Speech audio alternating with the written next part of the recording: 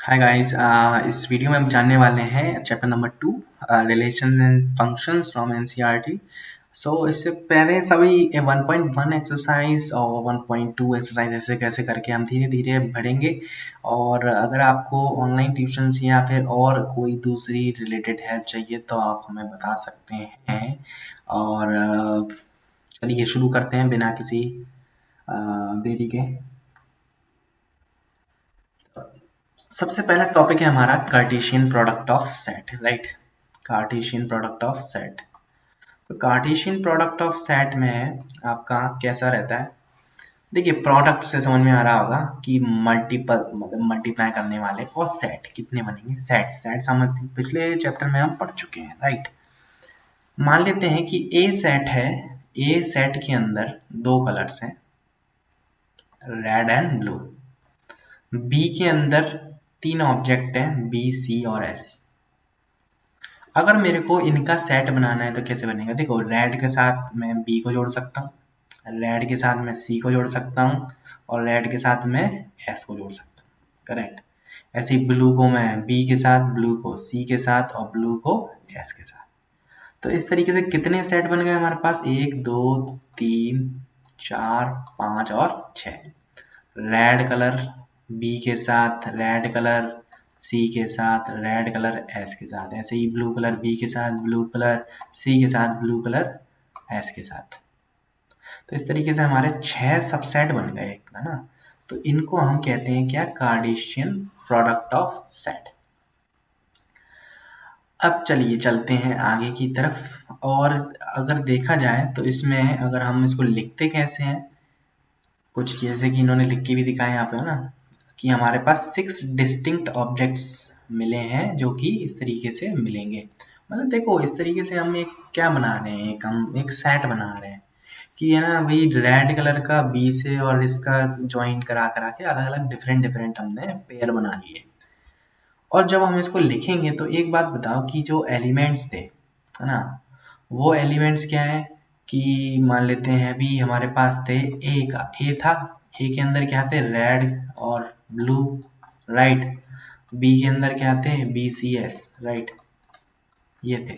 ए के अंदर जो एलिमेंट्स हैं मान लेते हैं वो स्मॉल ए है, और इसके अंदर मान लेते हैं स्मॉल बी है। तो ए और बी जो है किसके एलिमेंट होंगे? ए और बी एलिमेंट किसके होंगे? दोनों के, बी के होंगे। लेकिन अगर मैं बोलूं केवल ए जो है, ए स्मॉल ए है, किसका एलिमेंट होगा? कैपिटल ए का। ए जो है किसका एलिमेंट है? ए का। और स्मॉल बी किसका एलिमेंट है? कैपिटल बी का, राइट। इसको इस तरीके से हम लिख सकते हैं। डेफिनेशन अगर देखा जाए तो कुछ इस तरीके से डेफिनेशन के बारे में बताया गया है कि given to non empty sets P and Q, this Cartesian product P Q is the set of all ordered. तो जो हमने अभी किया था जस्ट अभी पहले पी इंटू क्यू किया था, तो हमें क्या मिले थे? पी क्यू मिले थे, बहुत सारे पी क्यू मिले थे ना। पी क्यू मतलब ये सब, ये मिले थे सब हमें, है ना, ये मिले थे। तो ये हमारे पी क्यू हैं, तो ये हमें मिले थे। और फिर इस तरीके से आप जब हम इसको लिख के दिखाएंगे तो किस तरीके से लिख के दिखा सकते हैं? P Q and P is element of P and Q is element of Q.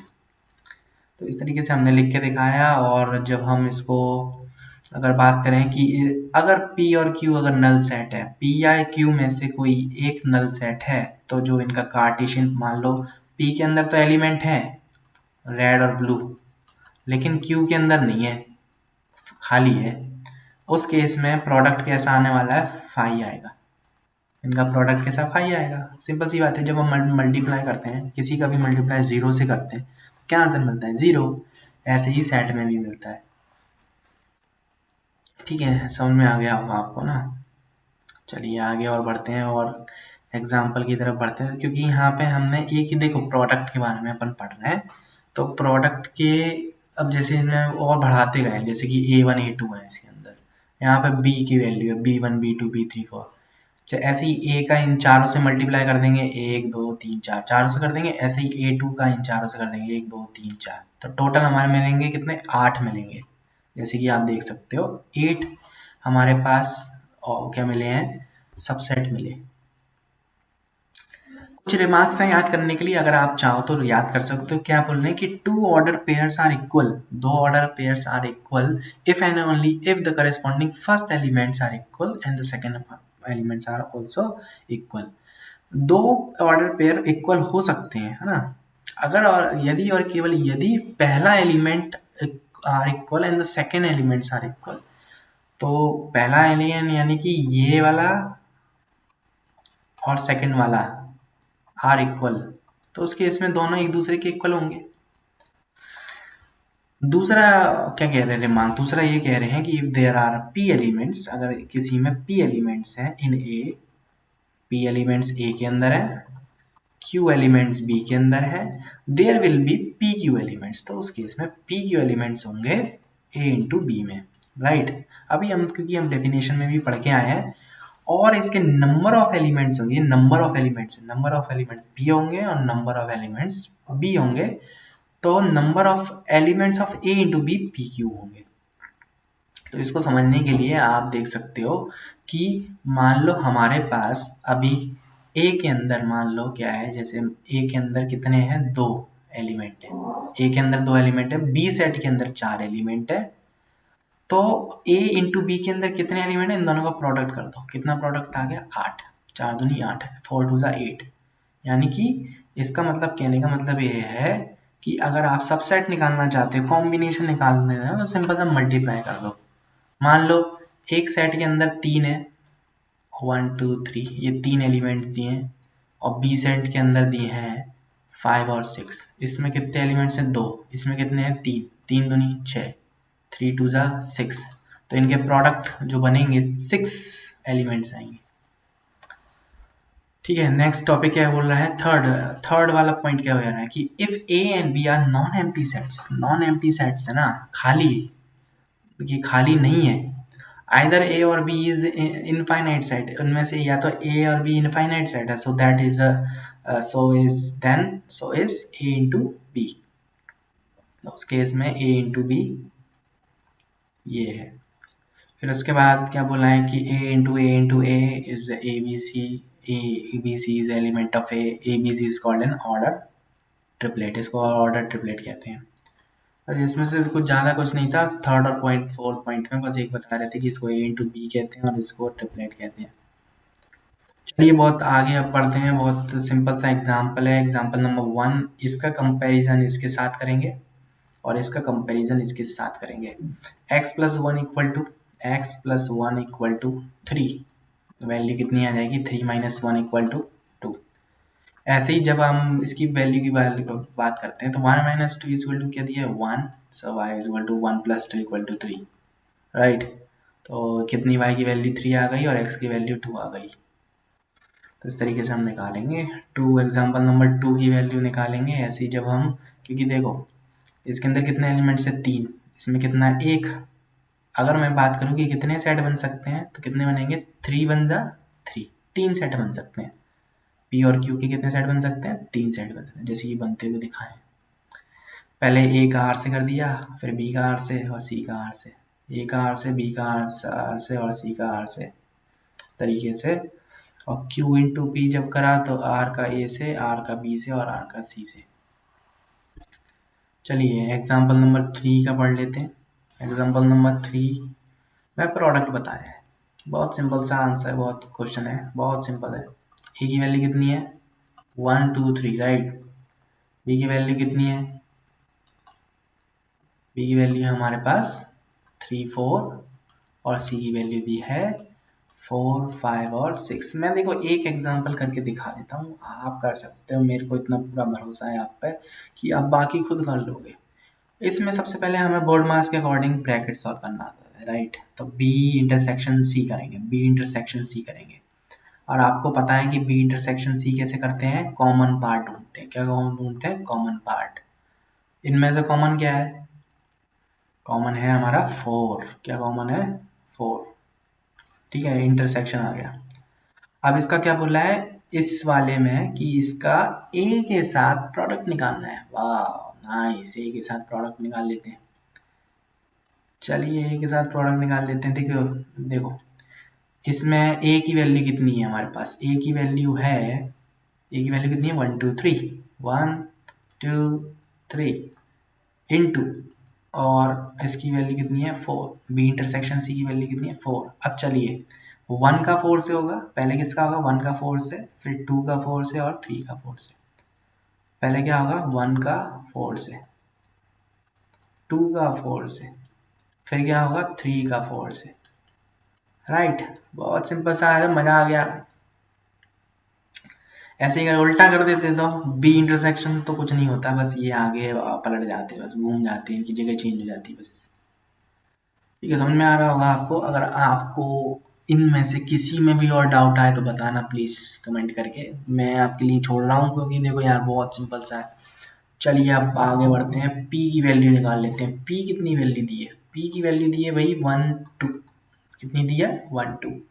P का मल्टीप्लाई पी पी पी, यानी कि पी का मल्टीप्लाई पी से करेंगे, फिर पी से करेंगे। अभी हमने देखा कुछ पॉइंट पढ़ा था, याद हो तो।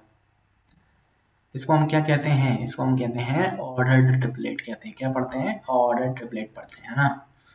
चलिए इसको निकाल लें हम। इसको निकालने के लिए क्या करेंगे, आप पी का इंटू पी से कर लेते हैं पहले। पी का इंटू पी से कर लेते हैं, यही है। पी का इंटू पी से पहले 1 के साथ 1 किया, 1 1 आ गया। फिर 1 के साथ 2 किया, 1 का 2 के साथ किया तो 1 2 आ गया। राइट, फिर 2 का 1 से करेंगे 2 1 आ जाएगा, और फिर 2 का 2 से करेंगे तो 2 2 आ जाएगा। ठीक है, ये हो गई हमारी किसकी वैल्यू, p इंटू पी की वैल्यू हो गई। क्या आ गई, ये चारों वैल्यू हो गई। लेकिन हमें तो इसका p एक और p से मल्टीप्लाई करना है। अरे वाह, तो चलिए कोई दिक्कत नहीं, कर लेते हैं दोस्तों, बिना किसी देरी की करेंगे वो भी। 1 2 2 1 2 2, और इसका मल्टीप्लाई किससे करेंगे दोस्तों, p से। p की वैल्यू कितनी थी है 1 2। अब देखो इसका मल्टीप्लाई पहले 1 से होगा, ऐसे ही इसका मल्टीप्लाई 1 से होगा, इसका मल्टीप्लाई 1 से होगा, इसका मल्टीप्लाई 1 से होगा, फिर अगेन फिर इन सब चारों का फिर 2 से होगा, एक एक करके। तो ये आंसर मिलेगा आपको, है ना, ये आंसर मिलते जाएंगे। टोटल कितने बनेंगे 8, कितने मिलेंगे 8 आंसर। तो इस तरीके से आपको ट्रिपलेट निकालने हैं दोस्तों। और अगर आपको कोई भी प्रॉब्लम आती है तो मैं बैठा हूँ, आप कमेंट करिए, बताइए कि भाई यहाँ दिक्कत आई है, नहीं समझ में आ रहा है। देखो समझ में आएगा, बहुत सिंपल सा कॉन्सेप्ट है। एग्जाम्पल नंबर 5 के बारे में देख लेते हैं, क्या कह रहे हैं। बहुत ही सिंपल सा बोल रहे हैं कि ये R is the set of all real numbers का सेट है भाई। कि what do the Cartesian products and R into R and R into R present. देखो यहाँ पे इसको हम लिख के दिखाना है, बस ये इस तरीके से लिख के दिखाना है कि जब आर और आर को मिलाते हैं, मान लेते हैं एक्स और वाई इसके एलिमेंट्स हैं, तो इसको हम कुछ इस तरीके से लिख के दिखाएंगे, which represent the coordinates of all the points in the 2 dimensional space. 2 dimensional space की बात चल रही है यहाँ पे, क्या बात चल रही है, 2 डायमेंशनल स्पेस की बात चल रही है। लेकिन यहाँ पे जब 3 आ जाएंगे तो 3 डायमेंशनल स्पेस की बात हो जाएगी ना। तो यहाँ हमने 2 डायमेंशनल स्पेस के बारे में बात किया, और यहाँ पे क्या किया 3 डायमेंशनल स्पेस के बारे में बात किया। तो इस तरीके से ये एलिमेंट निकलेंगे। एग्जाम्पल 6 क्या करना है, इसमें बोला है कि भाई इसका क्या निकालो, ए और बी की वैल्यू निकालो। एक बात बताओ कि ए और बी की वैल्यू जो है आगे आगे वाली होगी ना, ए की वैल्यू क्या होगी, आगे वाली होगी, जिसमें पी और एम ही दिखाई दे रहे हैं मेरे को, और बी की वैल्यू पीछे वाली होगी, तो क्यू आर मुझे दिखाई दे रहे हैं। तो यहाँ पे हमने 2.1 सीखी।